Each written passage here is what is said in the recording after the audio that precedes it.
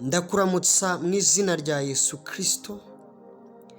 Nashimwe kuko yongeye kutwagurira imbago akaduteza intambwe nshya nanone. Wibuke ko yari inyongera, ari amahirwe, ari ubuntu uhawe, atari uko uri intwari mu bandi. Uyu ni umunsi wa 230 muri uyu mwaka 2023. Tugiriwe ubuntu n'Imana yacu bwo kubasha kubumbura iminwa yacu duhamye neza ye.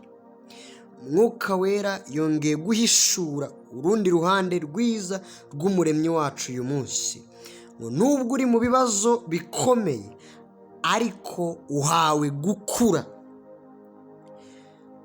Gitabo cya Yosuwa igice cya 3 murongo wa 7.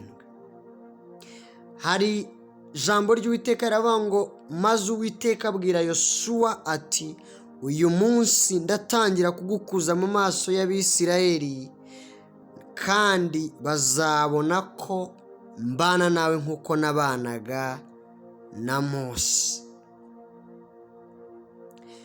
Ikintu nshaka ko umenya uyu munsi gikomeye kandi Imana ikora.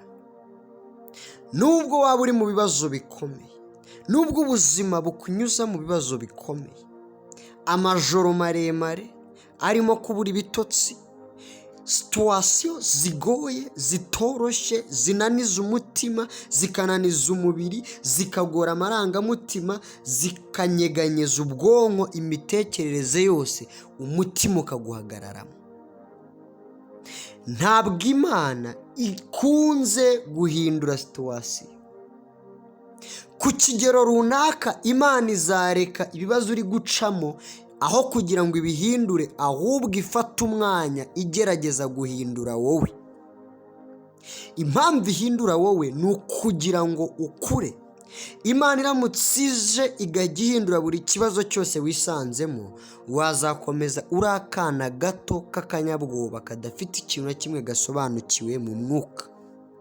Ariko kuko Imana ari umubyeyi w'umunyembabazi, yuzuye urukundo, yuzuye imbabazi, ishaka ko ukura.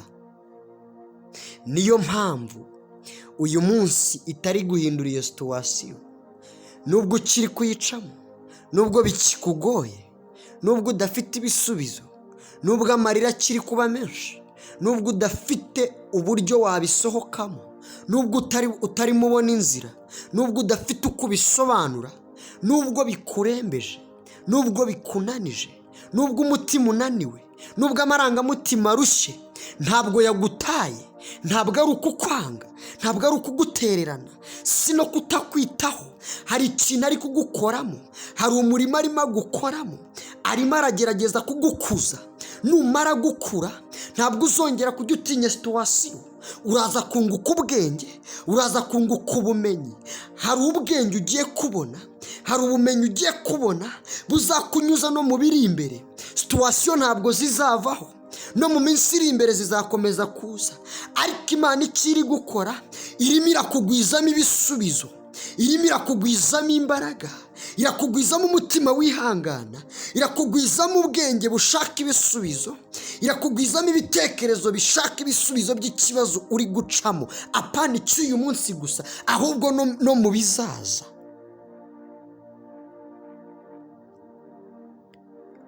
Bwira umutima wawe wishime, kuko Uwiteka akwitayeho, ndetse arimo arakubaka, arimo arakubaka, arimo arakubaka. Akira gukura. Mana, urakoze ko urimo wagura umwana wawe, urakoze ko urimo umukuza, kugira ngo ibyamunaniraga ntibizongere kumunanira, ibyamusuzuguraga ntibizongere kumusuzugura.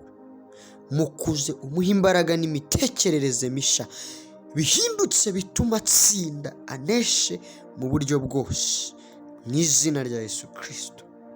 Amen.